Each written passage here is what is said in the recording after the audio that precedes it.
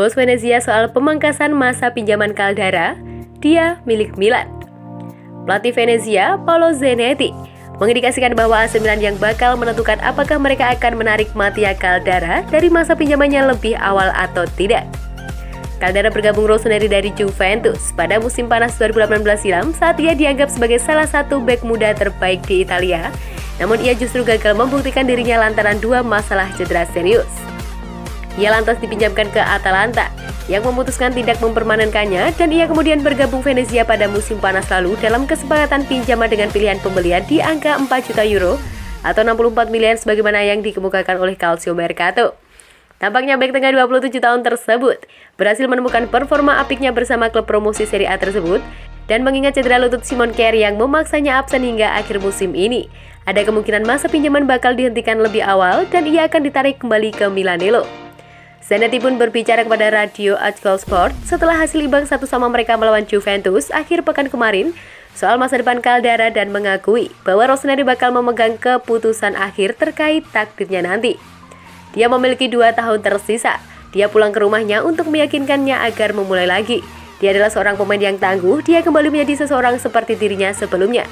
Tentu saja saya lebih memilih tidak kehilangan dirinya, tapi dia dimiliki oleh Milan, ujar sang pelatih.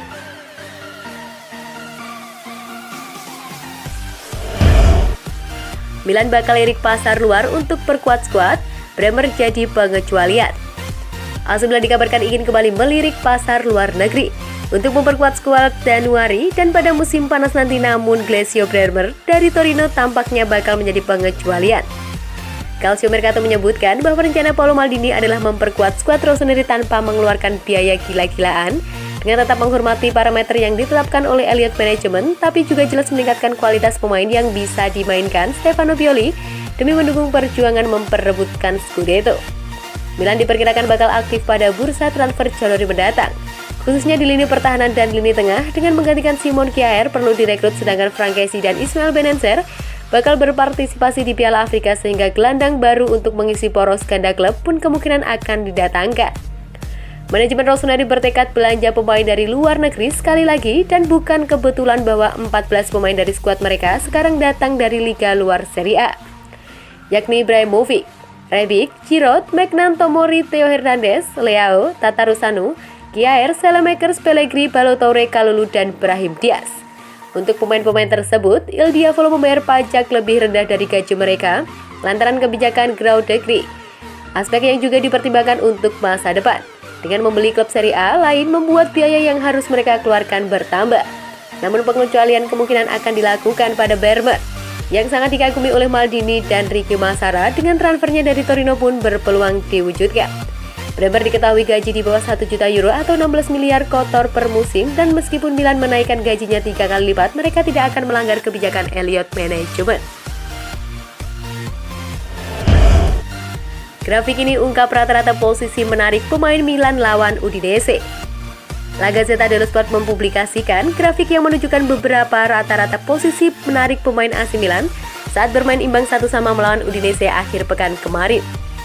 Rossoneri seolah akan meninggalkan Dacia Arena dengan tangan kosong setelah mengalami kesulitan menjawab gol pembuka Udinese yang diselesaikan oleh Beto. Namun Zlatan Ibrahimovic berhasil mencetak gol pada masa injury time untuk memastikan timnya mencuri 1 poin pada pertandingan Giarnata ke-17 Serie A. Hal yang paling mengejutkan dari grafik rata-rata posisi pemain dalam laga tersebut adalah betapa dalamnya Ismail Bennacer bermain yang lebih ke posisi bek tengah dan tandem poros gandanya Timo Bakayoko bermain sejajar garis vertikal dengan ketimbang berdampingan. Hal tersebut mungkin karena instruksi taktik pemain internasional Aljazair tersebut untuk berfungsi sebagai deep playing playmaker yang memisahkan dua bek tengah untuk menawarkan opsi seperti yang dilakukan Sandro Tonali. Kemudian Alessandro Florenzi bermain naik jauh ke depan ketimbang yang dilakukan fullback lain seperti Theo Hernandez. Lini serang tampak agak terputus-putus dengan Alexis Saelemaekers kembali sangat sempit pergerakannya. Brahim Diaz bermain dekat dengan Ibrahimovic dan Radek Lunik berselip di sisi kiri lebih seperti gelandang ketimbang winger. Yang menjadi perhatian adalah hanya 3 dari 11 pemain yang berada di sayap kanan lapangan, yakni Fikayo Tomori, Florenzi, dan Saelemaekers, dengan Maignan, Bennacer, Bakayoko, dan Ibrahimovic bermain sangat lurus di tengah. Milan agaknya perlu memperbaiki posisi tersebut dalam big match Serie A akhir pekan ini melawan Napoli yang akan berperan krusial dalam perburuan Scudetto.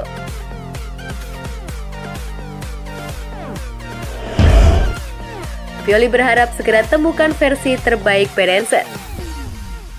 Bos AC Milan Stefano Pioli berharap bisa segera menemukan kembali performa terbaik Ismail Benenser mengingat kesulitan yang dialaminya belakangan ini. La Gazzetta dello Sport memberikan ulasan khusus mengenai bagaimana Sandro Tonali menjadi satu-satunya pemain yang terlihat sangat bertalenta dan dapat diandalkan di lini tengah Rossoneri menyusul inkonsistensi yang ditunjukkan oleh Benenser, Frankesi dan Timo Bakayoko meskipun dua nama pertama dari ketiga bintang tersebut merupakan andalan klub musim ini.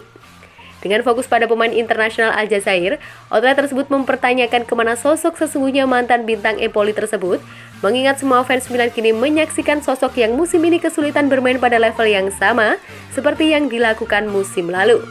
Gelandang 24 tahun tersebut telah kehilangan kepastian dalam prosesnya, khususnya dalam membawa bola ke depan dengan kecepatan dan presisi baik melalui kemampuannya menggiring bola maupun melalui umpan cepat yang merupakan kekuatan terbesarnya.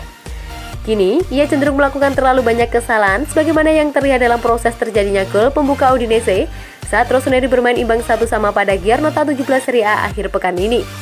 Pioli dan Milan tentu berharap Benenser bisa segera menemukan performa terbaiknya terutama di tengah perjuangan mereka merenggut Scudetto musim ini dan duel kontra Napoli pada Senin dini hari nanti diharapkan bisa menjadi titik balik sang pemain.